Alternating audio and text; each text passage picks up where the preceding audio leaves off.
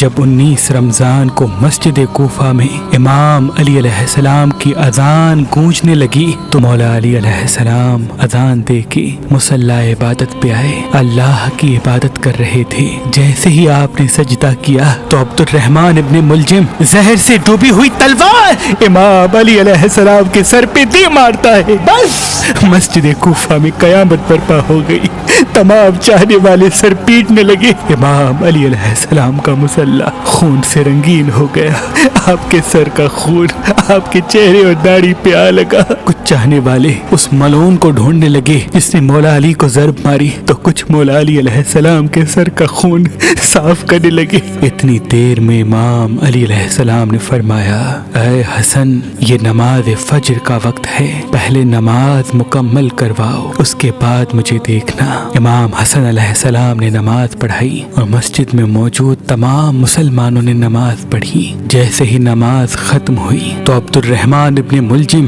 جس نے مولا علی علیہ السلام کے سر پہ وار کیا تھا، اس کو پکڑ کے امام کی خدمت میں لایا گیا اور کچھ چاہنے والے شہد کا شربت بنا کے پاس لے کے آئے۔ جیسے ہی امام علی علیہ السلام نے اپنے قاتل کے چہرے پہ خوف دیکھا تو اپنے چاہنے والوں سے فرمانے لگے کہ اس شربت کی مجھے نہیں بلکہ میرے قاتل کو ضرورت ہے، یہ شربت اسے پلا دو، اور دیکھو اس نے مجھ پہ ایک وار کیا ہے، اس پہ بھی ایک ہی وار کرنا، اور اگر یہ زندہ بچ جائے تو اسے آزاد کر دینا۔ دیکھو اگر یہ اس وار سے مر جائے تو اس کے جسم کے اعضاء نہ کاٹنا، کیونکہ میں نے اللہ کے رسول سے سنا کہ اللہ کے نزدیک سب سے بدترین انسان وہ ہے جو مرے ہوئے انسان کے جسم کے حصے کاٹتا ہے۔ بس آپ یہ فرمانے لگے اور تمام چاہنے والے آپ کے عدل و انصاف کو دیکھ کے رونے لگے۔ پھر آپ فرماتے ہیں، حسن، حسین، عباس، چلو مجھے اپنے گھر لے کے چلو۔ آپ اپنے بیٹوں کے سہارے سے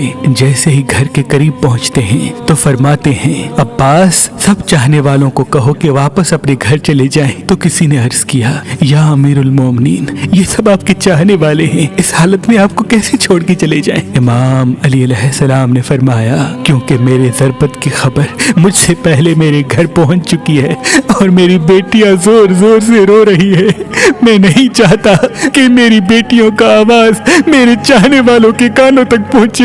بس تمام چاہنے والے وہیں رک گئے اور امام علی علیہ السلام گھر تشریف لاتے ہیں۔ تمام بیبیاں روتی ہیں۔ حضرت محمد مصطفیٰ صلی اللہ علیہ وآلہ وسلم پہلے ہی فرما چکے تھے کہ اے علی، میری امت تجھے رمضان کے مہینے میں مسجد میں ضرب مارے گی اور تیرے سر کے خون سے تیری داڑھی سرخ ہو جائے گی۔ یہ وقت صبر کا ہے۔ آپ کو بستر پہ لٹایا گیا۔ تاریخ نے لکھا، جیسے ہی طبیب نے امام علی علیہ السلام کو دیکھا تو وہ چیخ کے رونے لگا اور فرمانے لگا کہ وہ ضرب زہر میں ڈوبی ہوئی تھی اور زہر مولا علی کے پورے جسم میں پھیل چکا ہے، جتنا ہو سکے آپ ان کو دودھ پلائے۔ بس جیسے ہی یہ خبر کوفے کی گلیوں تک پہنچی تو کوفے کے یتیم بچے اپنے اپنے حصے کا دودھ لیے امام علی علیہ السلام کے گھر پہ آتے ہیں اور بآواز بلند کہتے ہیں، یا حسن، یہ ہمارے حصے کا دودھ ہمارے مولا کو پلائیں، ہم ایک مرتبہ یتیم ہو چکے ہیں، دوسری مرتبہ یتیم نہیں ہونا چاہتے۔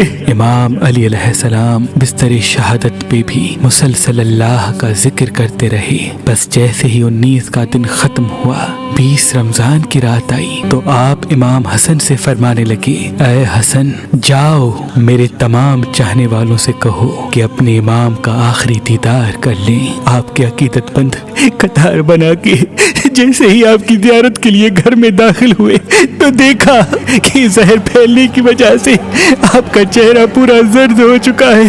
سب چیخ کے رونے لگے۔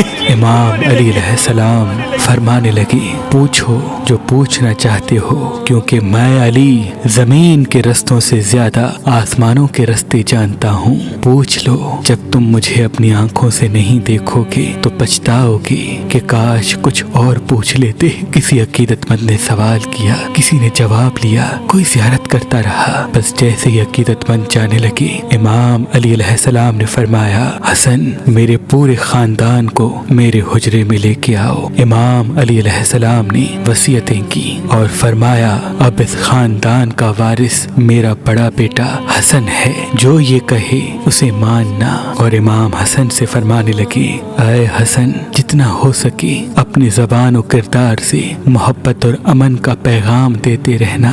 اپنے نانا کی صلح حدیبیہ کو یاد رکھنا، کوشش کرنا کہ مسلمان کا دشمن نہ بنے اور تقویٰ سے دور نہ ہونا۔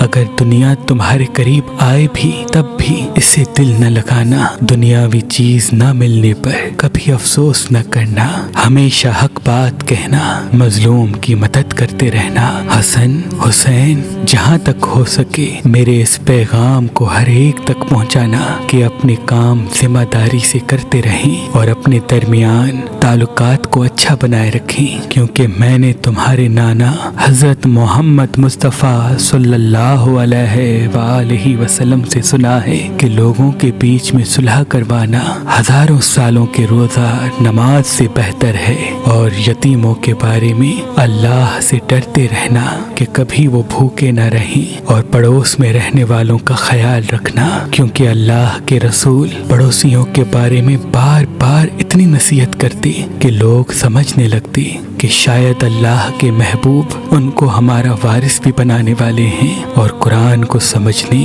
اور اس پہ عمل کرنے میں دیر نہ کرنا۔ ایسا نہ ہو کہ دوسرے قرآن کو سمجھ کے تم پہ حکومت کرنے لگے۔ نماز کے بارے میں اللہ سے ڈرتے رہنا، کیونکہ وہ تمہارے دین کا ستون ہے، اور اللہ کے گھر کی حفاظت کرنا، کیونکہ وہ تمہاری پہچان ہے۔ اللہ سے ڈرو، اپنی جان، مال اور زبان کے بارے میں نہ کسی کا مال غصب کرو، نہ کسی کو ہاتھوں اور زبان سے تکلیف دو، ایک دوسرے کی مدد کرتے رہنا، اور خبردار سب مسلمان ایک دوسرے سے جڑ کے جینا، ورنہ تم پہ وہ لوگ مسلط ہو جائیں گے۔ اگر تم فریاد بھی کرو گے تب بھی تمہاری آواز سننے والا کوئی نہ رہے گا۔ آپ حضرت عباس کو دیکھ کے فرمانے لگے، اے عباس، تم کو میں نے کربلا کے لیے اللہ سے مانگا ہے، آج سے حسین تمہارا آقا ہے، ان کی غلام بن کے جینا۔ پھر امام حسین کو دیکھا اور رو کے فرمانے لگے، اے حسین، تیری شہادت کی خبر تیرے نانا نے تیری آمد کے وقت ہی سنا دی تھی، تجھے 3 دن کا بھوکا پیاسا کر کے کربلا کے میدان میں شہید کیا جائے گا، تیرے بچوں کو، ساتھیوں کو بے دردی سے مارا جائے گا۔ حسین، تیری شہادت کے بعد میری بیٹیوں کو، تیری بہنوں کو رسیوں میں قید کر کے اسی کوفہ و شام میں پھرایا جائے گا۔ حسین، اللہ اپنی بہنوں اور بیٹیوں سے نصیحت کرنا کہ اسلام کے لیے صبر کرتے رہیں، اور قدم قدم پہ یہ گواہی دیتے رہیں کہ اللہ کے سوا کوئی عبادت کے لائق نہیں، اور ان کا نانا حضرت محمد مصطفیٰ صلی اللہ علیہ وآلہ وسلم اللہ کے رسول ہیں۔ بس اتنی دیر میں آپ فرمانے لگے، سلام یا رسول اللہ۔ سارا خاندان چیخ کے رونے لگا اور کہنے لگا، اے ہمارے مولا، کیا ہمارے درمیان اللہ کے رسول موجود ہیں؟ امام علی علیہ السلام نے مسکرا کے فرمایا، ہاں، اللہ کے محبوب اور تمہاری ماں فاطمۃ الزہرا سلام اللہ علیہا مجھے لینے آئے ہیں۔ بس پورا گھر زار و قطار رونے لگا، اور یوں امام علی علیہ السلام نے اپنی آنکھیں بند کر لی۔ آپ کی وصیت پہ عمل کرتے ہوئے آپ کے جنازے میں کسی کو بھی شریک نہیں کیا گیا۔ سلام ہو اللہ کے ولی امام علی علیہ السلام کی عظمت پر، سلام ہو شیر خدا نفس نبی مومنوں کے امیر حیدر کرار پر، حیدر کرار۔